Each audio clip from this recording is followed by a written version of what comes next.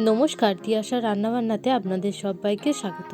Soybean আর আলুর এই recipe একবার কিন্তু অবশ্যই বাড়িতে ট্রাই করতে পারেন। ভাত, রুটি, লুচি, পরোটা, পোলাওয়ের সাথে কিন্তু একদম জমে যায়।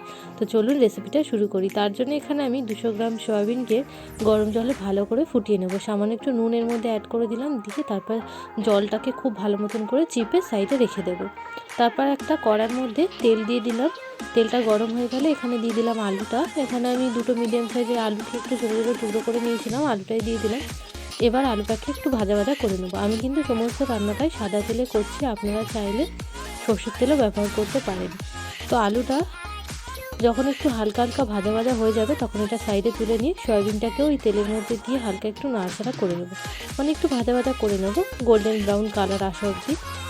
সয়াবিনটা কিন্তু ভাজা হয়ে গেছে, এবার এটাকে তুলে সাইডে রেখে দেবো।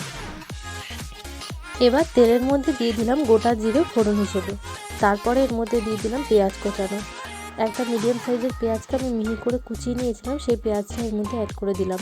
এবার পেঁয়াজটাকে দিয়ে পেঁয়াজটাকে হালকা একটু ভাজা ভাজা করে নেব। এবার পেঁয়াজটা যখন এদিকে হালকা ভাজা ভাজা হচ্ছে তখন এদিকে একটা মশলা বানিয়ে নেবো। তার জন্য আমি 2 চামচ মতন টক দই নিয়েছি হাফ চামচ হলুদ গুঁড়ো, জিরের গুঁড়ো, ধনের গুঁড়ো, সামান্য একটু চিনি দিয়ে দিয়েছি। দিয়ে এটাকে কিন্তু খুব ভালো মতন করে মিশিয়ে নেব।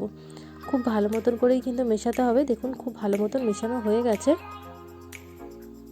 এবার পেঁয়াজটাও ভাজা ভাজা হয়ে গেছে। এবার ওই পেস্টটাই কিন্তু এই পেঁয়াজের মধ্যে দিয়ে দিতে হবে। দিয়ে এবার 3 থেকে 4 মিনিট মতো এটাকে খুব ভালো মতন করে কষিয়ে নেব, যাতে মশলা দিয়ে তেল ছেড়ে আসে আর মশলার যে কাঁচা ভাব থাকে বা যে কাঁচা গন্ধ থাকে সেটা যাতে চলে যায়। তো এটাকে কিন্তু সামান্য একটু জল দিয়ে আমি খুব ভালো মতন করে কষিয়ে নিয়েছি। মশলা দিয়ে তেল বেরিয়ে এসছে। এবার আমি ভেজে রাখা সয়াবিন আর আলুটা দিয়ে আবারও 2 মিনিট মতন এটাকে খুব ভালো মতন করে কষিয়ে নেব।